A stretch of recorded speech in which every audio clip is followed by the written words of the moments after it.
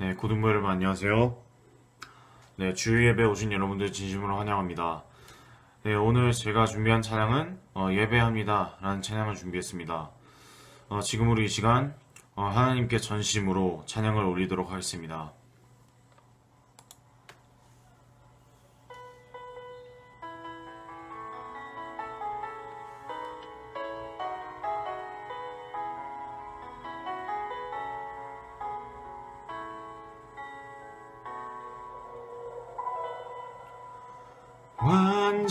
완전하신 나의 주, 그의 길로 날 인도하소서.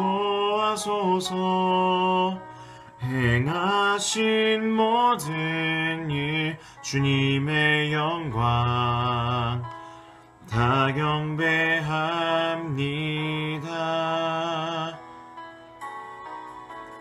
완전하신 나의 주, 그의 길로 날 인도하소서. 행하신 모든 일 주님의 영광 다 경배합니다. 예배합니다. 찬양합니다. 주님만 날 다스리소서. 예배합니다. 찬양합니다. 주님 홀로 높임 받으소서. 완전하신 나의 주, 그의 길로 날 인도하소서. 행하신 모든 일 주님의 영광 다 경배합니다.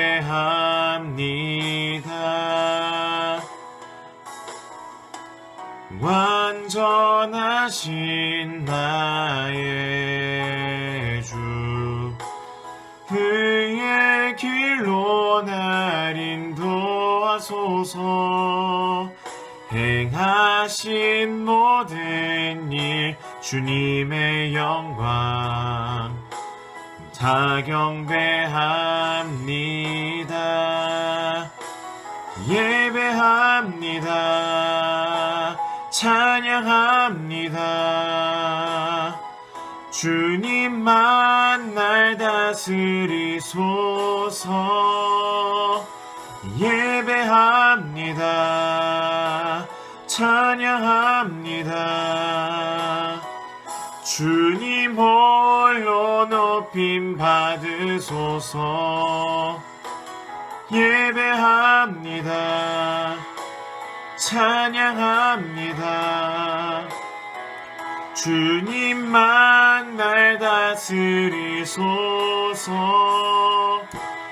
예배합니다. 찬양합니다. 주님 홀로 높임 받으소서.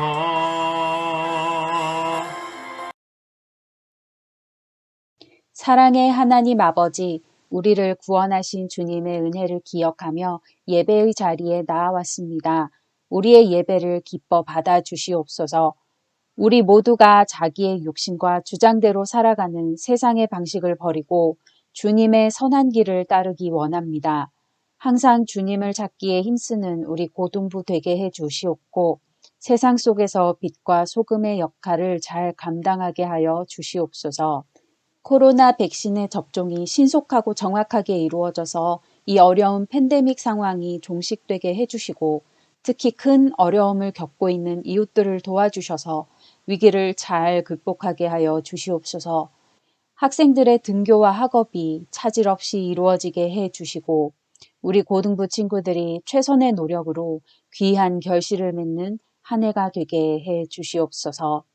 이 모든 말씀 예수 그리스도의 이름으로 기도합니다. 아멘.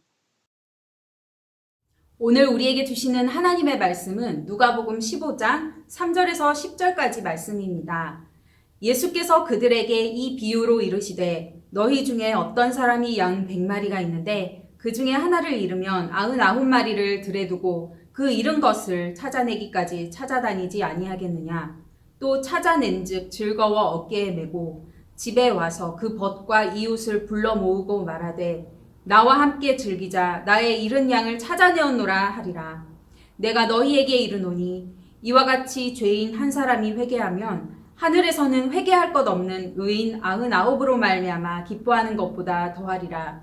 어떤 여자가 10드라크마가 있는데 하나를 잃으면 등불을 켜고 집을 쓸며 찾아내기까지 부지런히 찾지 아니하겠느냐. 또 찾아낸즉 벗과 이웃을 불러 모으고 말하되 나와 함께 즐기자. 잃은 드라크마를 찾아내었노라 하리라. 내가 너희에게 이르노니 이와 같이 죄인 한 사람이 회개하면 하나님의 사자들 앞에 기쁨이 되느니라. 아멘. 여러분 재난구조 영화를 좋아하시나요? 험준한 산맥이 드리워져 있고 폭설이 내려서 아무도 접근하지 못하는 곳에 어떤 남자가 경비행기를 타고 지나가다가 조난을 당합니다. 그는 구조 요청 신호를 보내고 기다리지만 과연 이 폭풍우가 휘몰아치는 날씨 속에서 언제 그리고 누가 도착하여 그를 구조해 줄 수 있을지는 미지수입니다. 그런데 한 정의롭고 직업정신 투철한 구조대원이 나서서 팀을 꾸리고 전략을 세운 후 자기가 조난당한 사람을 구하러 가겠다고 자원합니다. 보통은 이런 경우에 이 캐릭터가 산세를 훤히 깨고 있는 베테랑 요원, 그리고 몇 년 전 가까운 동료를 잃고 트라우마를 겪고 있는 그런 남모를 상처를 안고 있는 그런 인물로 그려질 때가 참 많아요. 그는 이번에야말로 이 조난당한 사람을 꼭 구해내고 말리라 다짐을 하면서 나서게 되죠. 그는 목숨을 잃을 위기를 여러 번 겪기도 하고 또 심한 부상을 당하면서 비행기가 추락한 곳을 향해 접근합니다. 그는 마침내 조난당한 사람을 발견하고 그를 들것에 실어서 따뜻한 담요를 덮어주면서 이렇게 말합니다. 이제 걱정하지 마세요. 우리 이제 집으로 돌아가는 겁니다. 그런데 보통의 이야기에서는 이 지점에서 영화나 소설이 마무리되는데요. 여기서 한 가지 반전이 기다리고 있습니다. 구조되어서 병원에 후송된 이 남자가 사실은 강도살인을 저지르고 도망치던 흉악한 범죄자였다는 사실이 밝혀지는 것입니다. 잘 훈련된 구조대원들 여러 명이 이 사람 하나를 구하기 위해서 희생되었고 또 나라의 예산이 수십만 달러가 투입돼서 이 사람을 구해냈는데 알고 보니까 흉악범이었더라는 거예요. 과연 이런 사람을 구해낼 가치가 있었느냐 하면서 많은 사람들이 허탈해하고 또 비난하고 그런 이야기가 펼쳐지는 거죠. 사실 이 이야기는 제가 봤던 여러 영화들을 좀 짧게 해서 오늘 이야기에 맞게 좀 각색해 봤습니다. 하지만 우리가 이 이야기에서 공통적으로 느낄 수 있는 건 저런 악당 때문에 선하고 의로운 사람이 희생되다니 과연 남에게 피해를 준 악당들이 벌을 받아도 시원찮은데 왜 우리는 그들에게 자비를 베풀어야 하는가라는 그런 마음이겠죠. 예수님은 대놓고 예수님께 불만을 터뜨리는 바리새인과 서기관들의 목소리를 들으셨습니다. 그들은 예수님이 벌어지만도 못한 세리와 죄인들을 용서하시고 그들과 화목하시며 함께 식사를 하시는 모습을 보고 화를 참지 못했습니다. 이것이 어쩌다 한번 일어난 일이거나 예수님이 그들의 진면목을 알지 못해서 식사 자리를 가지신 것이라면 모르겠는데 그들이 어떤 죄인인지 너무나 잘 아시면서도 그들을 쉽게 용서하시고 그들을 쉽게 인정해 주시는 것이죠. 그것이 너무 못마땅했던 것입니다. 그들의 마음속에 이런 마음이 들끓어 올랐습니다. 아니 자기 민족을 배신하고 이렇게 거짓으로 점철된 삶을 살아온 이 악당들이 하루아침에 회개하고 예수님을 믿는다고 해서 용서받고 의롭게 여겨진다는 말인가? 그게 말이 돼? 그러면 지금껏 율법을 잘 지키고 흠없이 살려고 노력했던 우리는 뭐가 되는가? 착한 사람들은 뭐가 되는가? 라고 말이죠.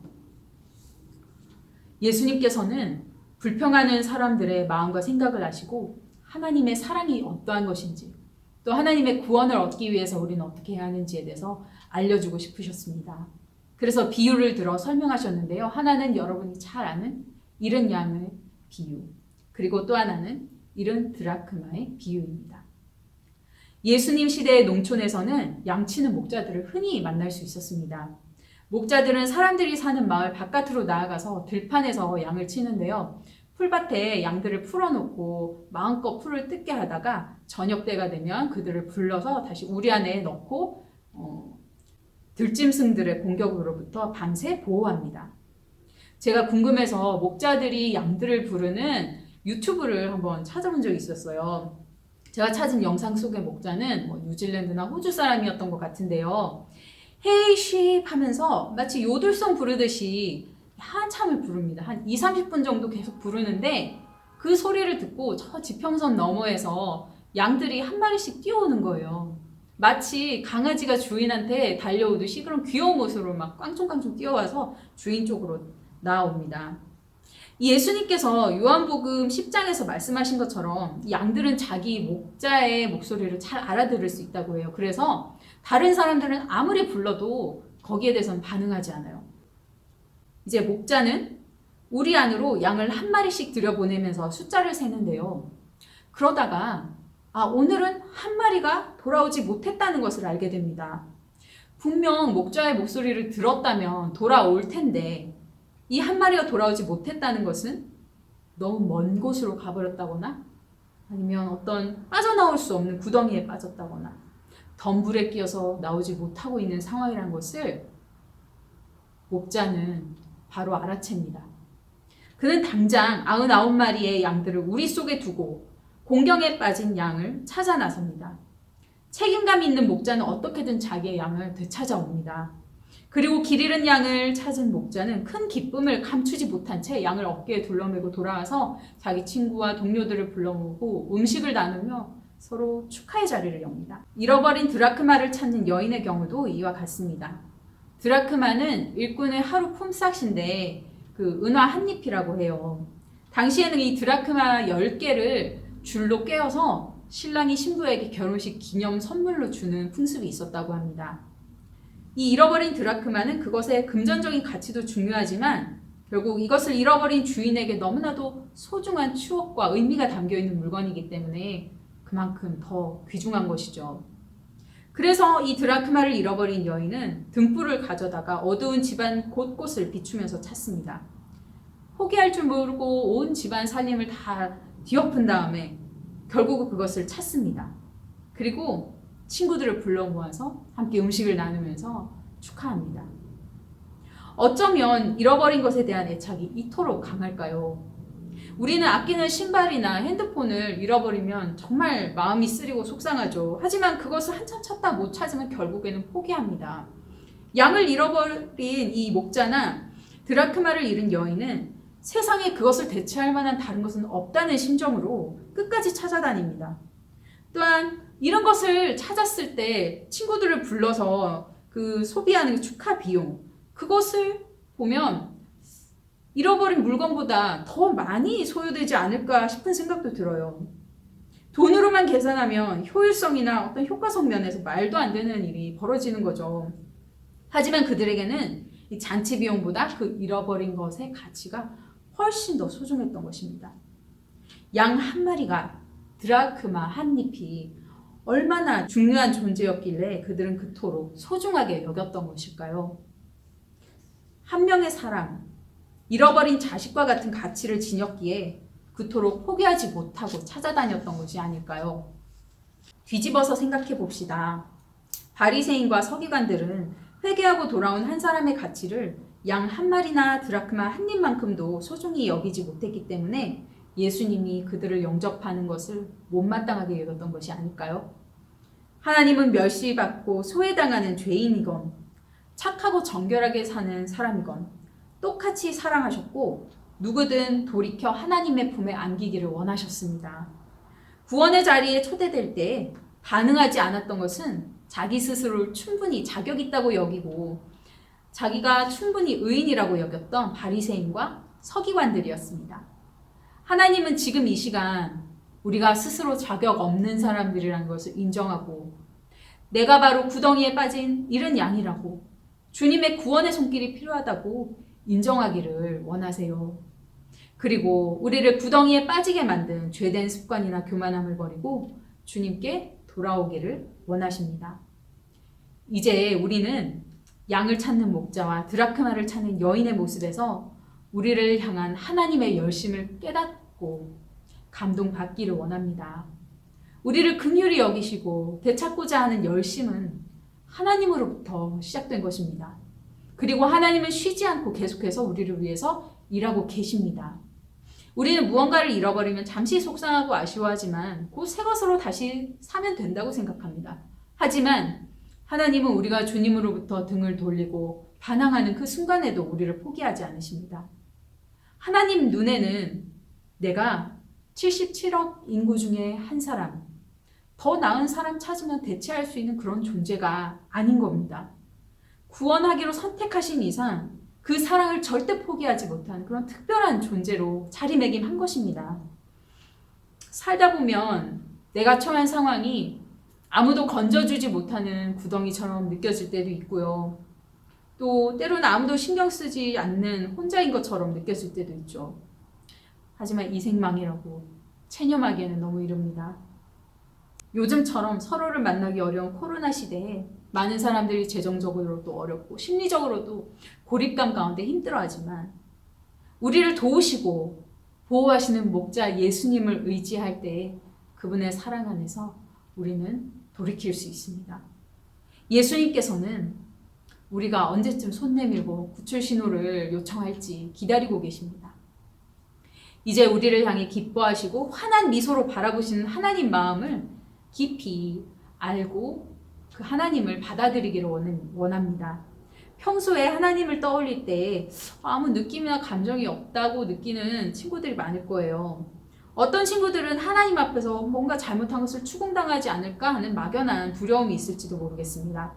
하나님께서는요, 우리가 담대히 믿음의 눈을 들어 하나님을 바라보기를 원하세요. 인자한 눈빛으로, 날 봐줘서 고마워하는 그런 눈빛으로, 또 네가 나를 향해 한 걸음 더 나아주니 너무 기쁘다 하는 마음으로 여러분을 만나기를 원하세요.